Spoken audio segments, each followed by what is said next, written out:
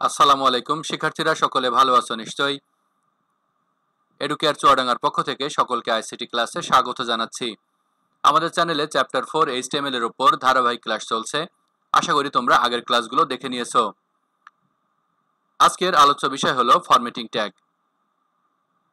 Web পেজে টেক্সটকে দৃষ্টিনন্দন করে উপস্থাপন করতে বিভিন্ন রকম ফরম্যাটিং ট্যাগ ইউজ করা হয়।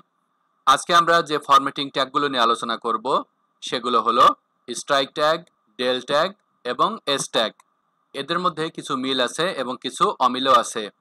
মিল হলো এরা সবাই লেখাকে মাঝখান দিয়ে কাটা দেখায় এরকম, আর এদের মধ্যে অমিলটা ধরা পড়ে সার্চ করার সময়।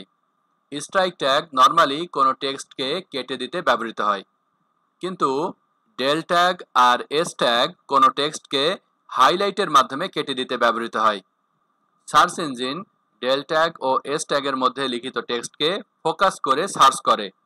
চলো এই ব্যাপারটি প্র্যাকটিক্যালি বুঝিয়ে বলছি। আমি টেক্সট এডিটর ও ব্রাউজার ওপেন করে নিচ্ছি। I am learning HTML, it's very easy, এই প্যারাগ্রাফটি আমি কপি করে নিচ্ছি। ধরো আমি এইচটিএমএল এই ওয়ার্ডটিকে কেটে দিতে চাই, তাই এর আগে আমাকে ইউজ করতে হবে ওপেনিং স্ট্রাইক ট্যাগ, এরপর ক্লোজ করতে হবে ক্লোজিং স্ট্রাইক ট্যাগ। এবারে আমি এই প্যারাগ্রাফটিকে ডেল ট্যাগের মাধ্যমে কেটে দেব। Del opening tag, del closing tag. এখানে আমি একই কাজ করব। এই কাজটি আমি করতে চাই এস ট্যাগ ইউজের মাধ্যমে। সেভ করে নিচ্ছি, রিফ্রেশ করছি। শিক্ষার্থীরা তোমরা দেখতে পাচ্ছ স্ট্রাইক ট্যাগ, ডেল ট্যাগ এবং এস ট্যাগের আউটপুট একই রকম দেখাচ্ছে, কোনো চেঞ্জ নেই। স্ট্রাইক ট্যাগটি নর্মালি টেক্সটকে কেটে দিতে ব্যবহৃত হয়, কিন্তু ডেল এবং এস ট্যাগটি হাইলাইটের মাধ্যমে কেটে দিতে ব্যবহৃত হয়।